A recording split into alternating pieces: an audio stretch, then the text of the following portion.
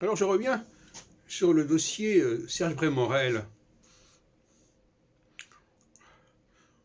Serge Brémorel se vend, en quelque sorte, aux astrosceptiques en leur disant « Oui, vous comprenez, je connais très bien le milieu astrologique, d'ailleurs j'ai été au bureau de la Fédération des astrologues francophones. » Alors les gens se disent « Ah bon, alors attention, c'est certainement un organisme très important, très central. » Alors il leur vend cette idée. On sait très bien que c'est complètement faux. On sait très bien que la FDAF est quelque chose de très secondaire dans le milieu astrologique. Elle a pu attirer des personnes qui voulaient avoir un label, si on peut dire, je suis membre de la FDAF, etc.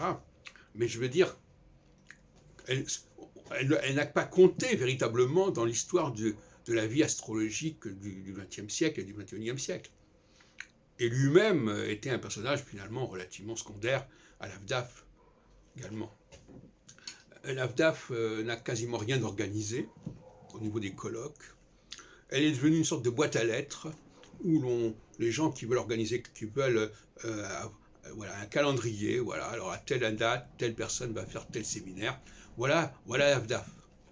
Mais son poids au sein du milieu astrologique est extrêmement faible.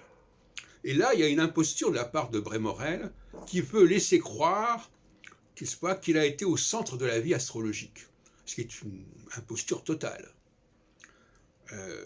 En plus, Brémorel connaît très très mal le milieu astrologique, à la fois dans le temps et dans l'espace. Dans le temps, parce que de toute façon, il a commencé l'astrologie en 93, et il s'était passé des choses extrêmement importantes avant, et dans l'espace, parce que finalement, il a été très, très peu impliqué dans pas mal de choses sur le plan astrologique.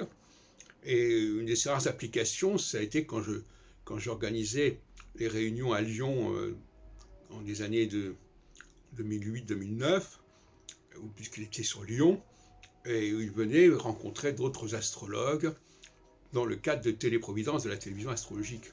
C'est là que d'ailleurs vous trouverez des vidéos de Brémorel avant qu'il n'ait quitté, soi-disant, le milieu astrologique pour passer en face.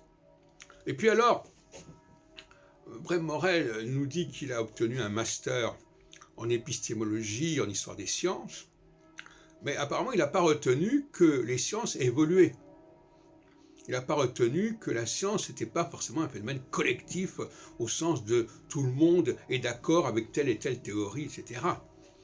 Les gens ne se sont pas précipités ni sur Copernic, ni sur Einstein, en tout cas peut-être un certain milieu très pointu, mais pas le peuple, etc. Et là, il confond l'astrologie populaire, qui a ses limites, et l'astrologie de recherche, qui est tout à fait autre chose.